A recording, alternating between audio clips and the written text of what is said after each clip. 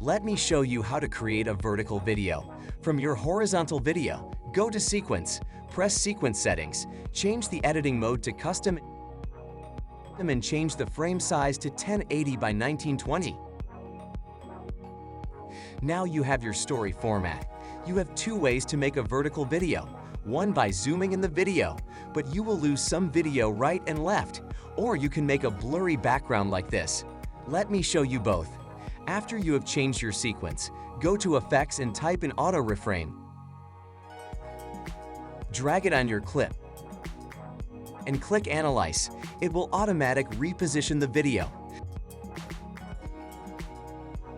To change the keyframes, press Overwrite Generated Path and change the keyframes to your liking. Option 2 is to make a blurry background. Also change the sequence to 1080 by 1920. Right-click on your clip and press Scale to frame size. Now we duplicate our clip by holding Option and drag it onto another layer. Select the first layer and scale it to full screen.